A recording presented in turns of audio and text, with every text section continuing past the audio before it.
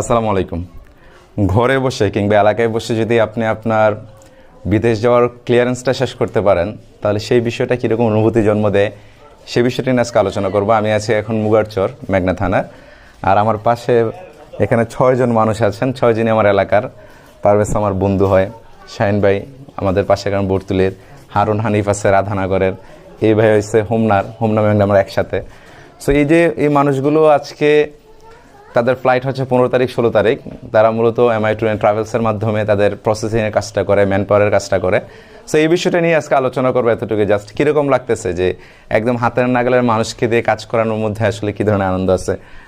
পারভেজ, কীরকম এই বিষয়টা? আলহামদুলিল্লাহ, আমার বন্ধু ইব্রাহিম, আমার ছোটো ভাই জসিম, তারা MI ট্রাভেলস খুলছে, তাদের দিয়ে আমার মেন পরে কাজটা করছি। আলহামদুলিল্লাহ, সব দিকে সুবিধা পাইছি আমি।